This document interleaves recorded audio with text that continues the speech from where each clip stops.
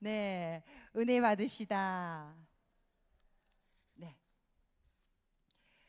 오늘 본문은 우리가 잘 아는 오병이어 기적 이후에 등장하는 본문입니다.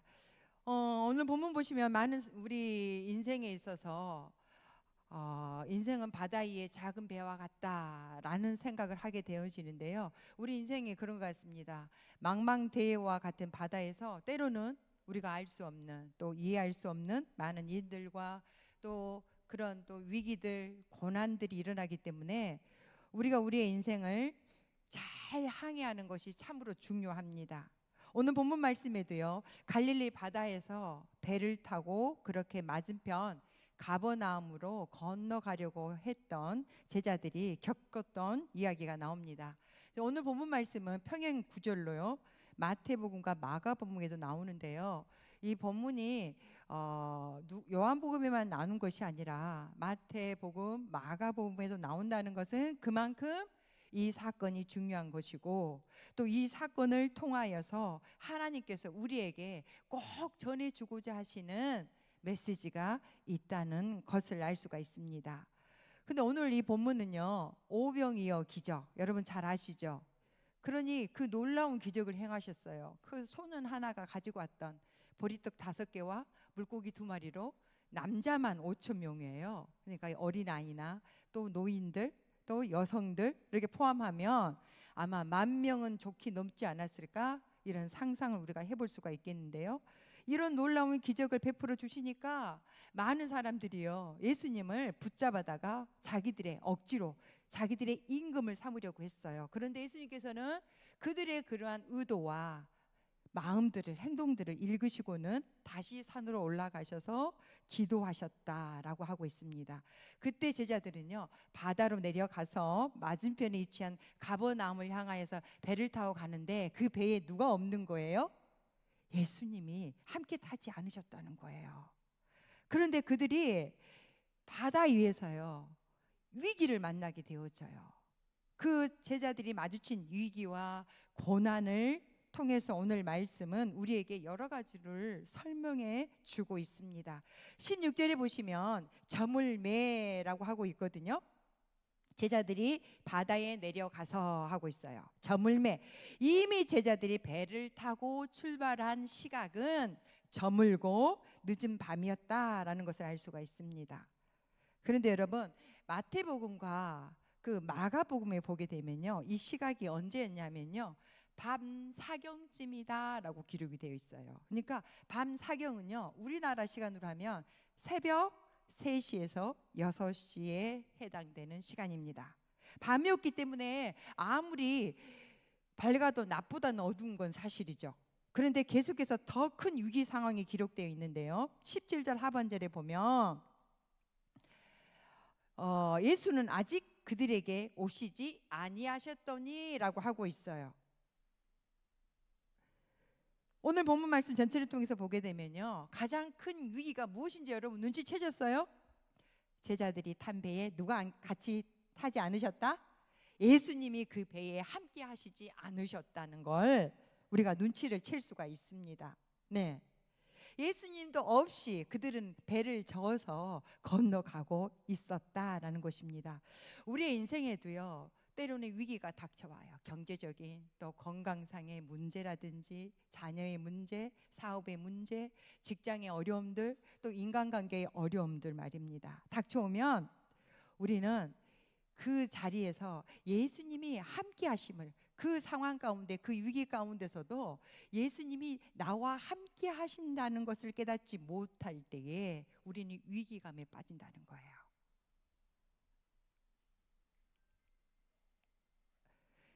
이뿐만 아니라 18절에도 보시면요, 큰 바람이 불어왔다라고 하고 있죠. 큰 바람이 불어 파도가 일어나더라 라고 하고 있습니다.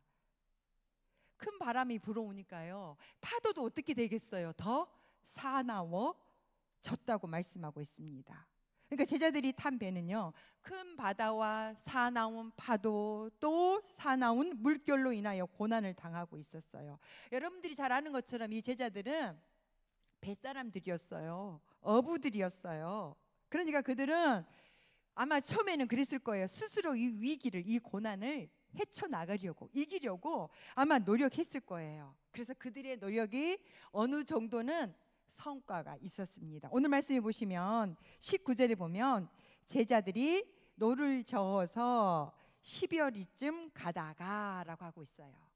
그러니까 그들이 노력, 최선을 다해서 그들의 경험과 지식과 그런 노하우들을 발휘해서 12월이쯤 대략 5km 정도가 되는 거리라고 해요. 근데 이 5km는요, 이 갈릴리 호수의 중간 지점쯤 된다라고 해요. 그러니까 그들이 노력해서 열심히 노를 저어서 뱃사람으로서, 어부로서 그 갈릴리 바다에 대한 그들의 경험과 지식을 다 살려서 노를 저어서 최선을 다했는데, 그들이 도착했던 곳은 어디였다?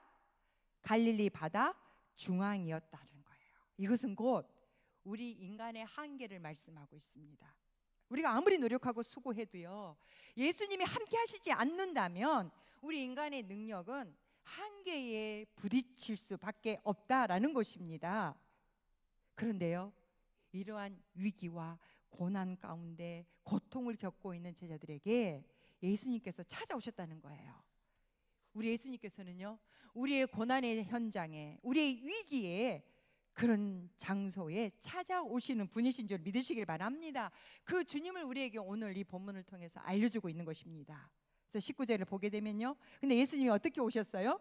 바다 위를 걸어서 배에 가까이 오셨다, 그렇게 말씀하고 있어요. 여러분, 길이 없는 곳에서, 사람이 걸어 다닐 수 없는 곳에서 예수님께서 걸어서 오셨다는 것입니다. 그런데 이때 갈릴리 바다는 어떻게 됐다 그랬어요? 바람이, 거센 바람이 불어왔고요, 거센 바람에 의해서 성난 파도가 일고 물결도 사나워지는, 계속해서 사나 물결이 치고 막 위협하는 그런 상황인데, 예수님께서는 그 바다 위를 걸어서 오셨다는 것입니다. 여러분, 예수님께서요, 이 풍랑이는 사나운 바다 위를 걸어서 제자들에게 오셨다는 것은 지금 하나님께서 놀라운 일을 행하실 것이라는 것을 우리에게 알려주고 있는 것입니다. 그런데 어떻게 예수님께서 이렇게 위기에 빠져 있는, 고난 가운데 있는 제자들을 보고 바로 그때 찾아올 수 있었을까요? 평행 본문 구절이 마가복음 6장 38절에 48절에 보면 이렇게 말씀하고 있어요. 제자들이 힘겹게 노젓는 것을 보시고 밤 사경에 바다 위로 걸어 그들에게 오사라고 하고 있어요. 제자들이 힘겹게 노젓는 것을 보고 계셨다라는 것입니다.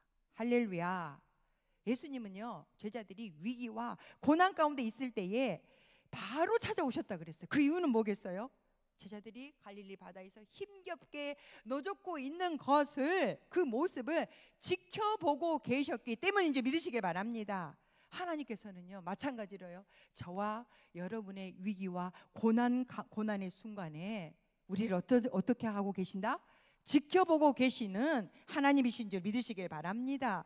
여러분, 출애굽기 3장 7절과 8절에도 보면요, 이스라엘 백성들이 애굽에서 그 바로의 그 노역으로 인하여 고통스러워할 때에 그 노역의 고통스러움을 하나님께서는 보셨다 그랬어요. 그 고통으로 인하여 그들이 하나님 앞에 부르짖는 소리를 어떠셨다 그래요?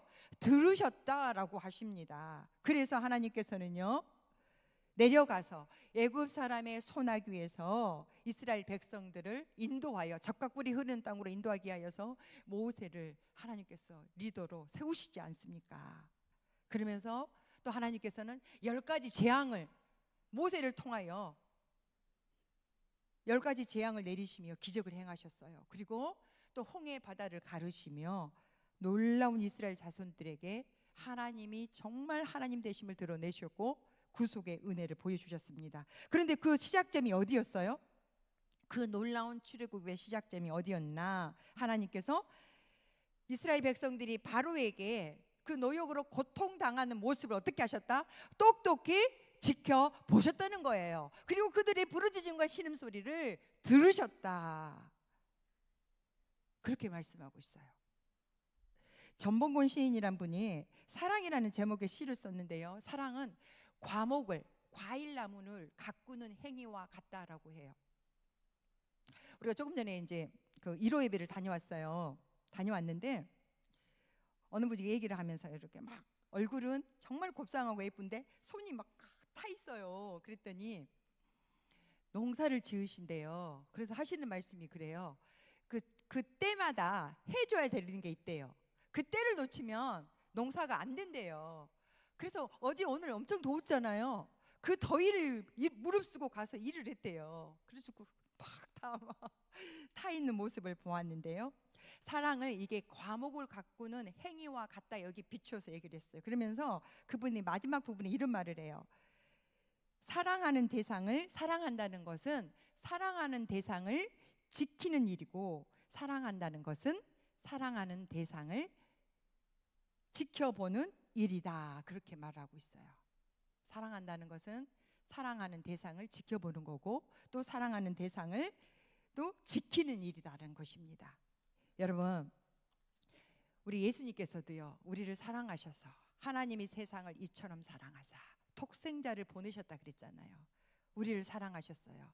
당신의 생명을 다 내어주도록 우리를 사랑하신 분이에요. 그러니 이 제자들이 힘겹게 노젓고 있는 모습을 계속해서 지켜보고 계셨다는 건 당연한 걸 아니겠어요? 그래서 그들이 위기에 고난에 처했을 때에 바로 우리 주님께서는 제자들을 찾아오셨던 것입니다. 바로 예수님의 사랑 때문이었던 거죠. 우리 인간이라면 도저히 그럴 수 없는 그 바다 중간에 예수님께서 파도와 그 성난 물결을 꿰뚫으시고 걸어서 찾아오셨다는 것입니다. 그 주님께서는요, 지금 저와 여러분을 그 사랑의 눈으로 지켜보고 계시는 줄 믿으시길 바랍니다. 그 사실을 분명히 우리가 믿어야 돼요. 여러분이 각자가 안고 있는 위기와 고난이 있으실 거예요. 크든 작든 말입니다. 그 고난 가운데 저와 여러분을 우리 주님께서는 이 밤 찾아오고 계십니다. 예수님이 무리를 걸어 제자들을 찾아오셨을 때 제자들이 이렇게 보면요, 첫 번째 반응이 19절에 말씀하고 있어요. 예수님이 배에 가까이 오심을 보고 어떻게 하였다고 말씀하고 있어요? 두려워하였다라고 말씀하고 있어요. 근데 마가복음을 보게 되면요, 제자들이 왜 두려워했는가? 파도와 바람 가운데 걸어오셨기 때문에 유령인가라고 생각하고 두려워했다라고 표현하고 있어요. 그래서 소리까지 질렀대요. 두려워서 엄마야 하고 두려워 소리까지 질렀다는 거예요. 배를 탄 제자들에게 찾아오신 예수님은요, 첫째, 그런데 그들의 두려움을 다스리시는 분인 줄 믿으시길 바랍니다. 그러면서 예수님께서는요, 그들의 두려움을 다뤄주시는데 20절에 보시면 내니 두려워하지 말라라고 말씀하십니다. 여기에서 내니는요, 헬라어로 에고에임이에요. 에고에임이는요, 출애굽기 3장 13절에 보면 14절에 보면 하나님께서 모세에게 자신의 이름을 말씀하실 때가 똑같아요. 나는 스스로 있는 자다라는 거거든요. 에고에임이요. 그러니까 지금 예수님께서 제자들에게 내가 곧 스스로 있는 자 하나님의 아들이고 내가 하나님이다라는 말씀이에요. 한 걸음 더 나아가서는요, 예수님께서는 제자들에게 내가 곧 하나님의 아들이고 하나님이기 때문에 이제부터는 너희들 두려워할 필요 없어, 염려할 필요 없어 라고 말씀하시는 것입니다. 내가 하나님의 아들이고 하나님이라는 사실을 너희들이 믿는다면 위기와 이 고난을 더 이상 두려워할 필요가 없다라고 그렇게 말씀하고 있는 것입니다. 우리가 잘 아는 찬양 중에요, 나의 안에 거하라 라는 찬양 가사 앞부분에 이 사실을 분명하게 표현하고 있는데요, 나의 안에 거하라, 나는 너의 하나님이니 모든 환난 가운데서 너를 지키시는 자라, 두려워하지 말라, 내가 너를 도와주리니 놀라지 말라, 너의 손을 잡아주리라. 하나님께서는요, 두려워하지 말아라, 놀라지 말아라 말씀하신 그 이유는요, 본인이 누구인지 말씀하시면서 이야기합니다. 나는 너의 하나님이다.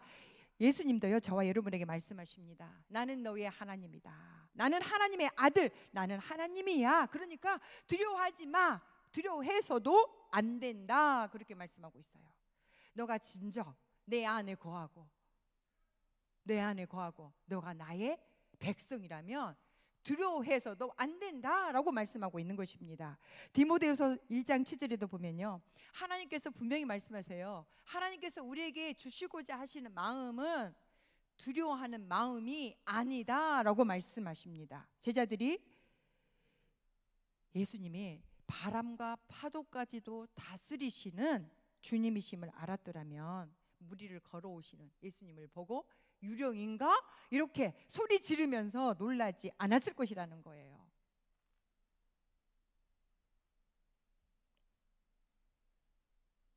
예수님은 우리가 당한 어떤 위기와 고난으로부터도 우리를 구원해 주실 수 있는 분이신 줄 믿으시길 바랍니다. 왜냐하면 예수님은 만물을, 이 피조 세계를 다스리시는 주님이 되시기 때문입니다. 그래서 두려워하지 말라라고 당당하게 제자들에게, 또 오늘 이 밤 주님 앞에 나온 저와 여러분에게 말씀하고 있는 거예요. 두려워하지 마, 놀라지 마라고 말씀하십니다. 이제 내가 왔으니, 내가 여기 찾아왔으니 내가 너의 그 고난과 위기를, 문제를 해결해 주겠다라고 말씀하시는 것입니다. 그러자 예수님이심을 제자들은 알아보고요, 제자들은 자신들의 배로 예수님을 영접했어요. 21절 우리 같이 한번 읽어보겠습니다. 21절입니다. 이에 기뻐서 배로 영접하니 배는 곧 그들이 가려던 땅에 이르렀더라. 아멘. 여러분, 제자들이요, 이제는 자발적으로 예수님을 배에 모셔드렸는데요, 기뻐하면서 예수님을 영접했다라고 하고 있어요. 그런데 여러분 보세요. 예수님께서 이 배에 승선하시자 놀라운 일이 일어납니다. 배는 곧 그들이 가려던 땅에 이르렀더라. 그러니까 예수님께서 제자들의 그 배에 타시자 그들이 가려고 했던 그 목적지 어디였어요? 가버나움 땅에 도착했다라는 것입니다. 여러분, 마가복음에서는요, 예수님께서 배에 올라타시자 바람이 그쳤더라라고 기록하고 있어요. 바다가 잔잔해졌다라고 말씀합니다. 그런데 요한복음에서는요, 오늘 보세요, 바람이 그쳤다라는 말씀이 없어요. 그죠? 오늘 본문에서는 바람이 그쳤다는 표현이 있어요? 없어요. 그래서 저는요, 이 요한복음 말씀을 이렇게 읽어도 괜찮지 않을까? 라고 묵상했어요. 한번 제가 묵상했던 거 한번 나누겠습니다. 거센 바람과 사나운 파도가 아직 우리가 타고 있는 배를 심하게 괴롭혀도 예수님이 우리 배에 타셨으니 우리는 우리가 가려고 했던 땅에 당도할 것이다. 아멘. 그렇습니다. 제자들의 배에 만물의 주인이신 예수님이 타셨기 때문에 그들이 가려고 했던 목적지인 가버나움 땅에 당도할 수 있습니다. 예수님 때문에 거센 바람이 그치고 산한 물결이 잔잔해져서 우리가 목적지에 당도해도 주님은 만물의 주님이 되십니다. 하지만 바람이 아직 그치지 않아도, 지금 나의 주변에 물결이 사나워도 길이 없는 곳에 길을 만드셔서 찾아오신 만물의 주님이신 예수님이 내가 탄 배에, 여러분의 배에 함께 타고 계시기 때문에 우리가 가고자 하는 목적지에 도착할 수 있다는 것을 우리가 알아야 합니다. 그런데 예수님께서는요, 우리가 가고자 했던 목적지에 어떻게 도착했다고 말씀하십니까? 곧 도착했다라고 말씀하세요. 곧이에요, 곧. 제자들이 가려고 했던 가버나움에 곧 즉시 도착했다고 말씀하십니다. 제자들이 열심히 노를 저었잖아요. 그랬을 때 어떻습니까? 그들이 가지고 있었던 지혜와 경험을 살려서 최선을 다했어요. 그랬을 때는 그들이 갈릴리 바다 중간까지밖에 갈 수 없었어요. 그런데 자신들의 그 배에 예수님을 태우자 그 배는 곧 그들이 가고자 하였던 가버나움에 곧 즉시 도착하게 되었다라고 말씀하고 있습니다. 마찬가지입니다. 만물의 주인이신 예수님을 여러분의 인생의 배에 태우십시오. 여러분들이 가고자 하는 그 목적지에 곧 즉시 당도하게 될 것입니다. 때로는요, 물결이 사라지지 않을 수도 있어요. 그리고 제자들이 밤 사경이라 그랬어요. 여러분의 주변이 빛이 1도 보이지 않고 캄캄하고 어둡고 어디로 가야 할 바를 알지 못하는 그런 사망의 음침한 골짜기를 지나간 것 같은 그런 상황 가운데 우리가 처할 때도 있습니다. 그렇지만 여러분, 중요한 것은요, 예수님을 태운 그 인생의 배는 반드시 가고자 하는 목적지에 만물의 주인이신 우리 주님께서 당도하게 해 주실 수 있다는 것입니다. 그래서 시편 107편 우리 잠깐 한번 보시겠는데요. 107편 4절에서 6절까지 말씀 제가 한번 봉독해 드리겠습니다. 그들이 광야 사막길에서 방황하며 거주할 성읍을 찾지 못하고 줄이고 목이 말라 그들의 영혼이 그들 안에서 피곤하였도다. 이에 그들이 근심 중에 여호와께 부르짖음에 그들의 고통에서 건지시고 7절 또 바른 길로 인도하사 거주할 성읍에 이르게 하셨도다. 아멘. 그리고요 28절에서 30절을 보시면 이에 그들이 그들의 고통 때문에 여호와께 부르짖음에 그가 그들의 고통에서 그들을 인도하여 내시고 광풍을 고요하게 하사 물결도 잔잔하게 하시는도다. 그들이 평온함으로 말미암아 기뻐하는 중에 여호와께서 그들이 바라는 항구로 인도하시는 도다. 할렐루야. 아멘. 보십시오. 우리가 아무리 우리의 인생의 계획을 세우고 우리의 뜻을 이루고자 하지만 잠언 16장에도 보시면요, 그 계획을 이루시는 분은 하나님이시다고 말씀하세요.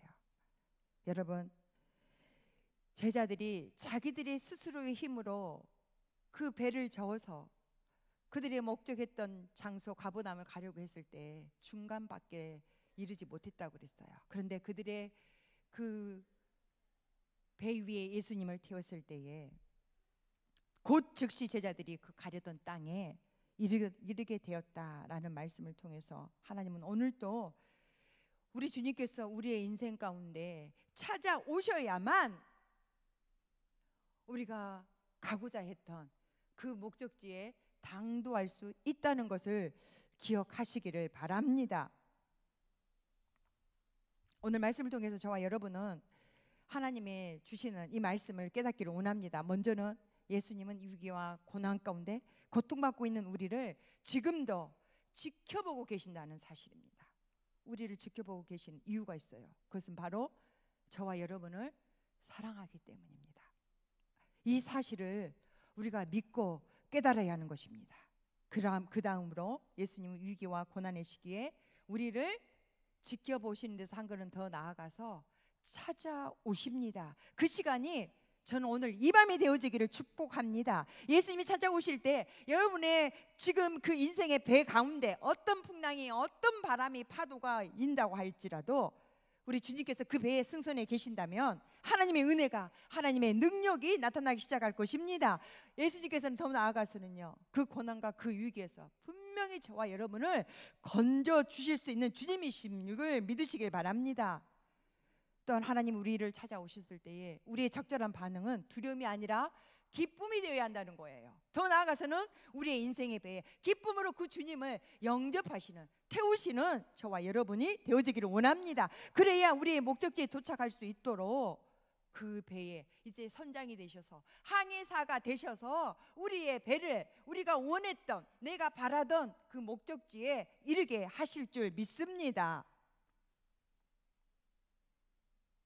여러분, 여러분의 인생의 배에 우리 주님을 이 밤 태우시기 바랍니다. 우리가 아무리 노력해도, 내가 발버둥치고 잠을 아끼고 애를 쓰고 아둥바둥 거려도요, 갈릴리 바다 중앙까지밖에 갈 수 없다는 사실을 우리는 잊어서는 안 되겠습니다. 우리의 그 인생의 배에 주님을 태워야 합니다. 어떤 마음으로요? 두려움으로요? 아닙니다. 주님이 나의 주인 되어짐을 기뻐하며 감사하며 주님을 영접하시기를 바랍니다. 우리의 인생의 배에 주님을 초대하시기를 바랍니다.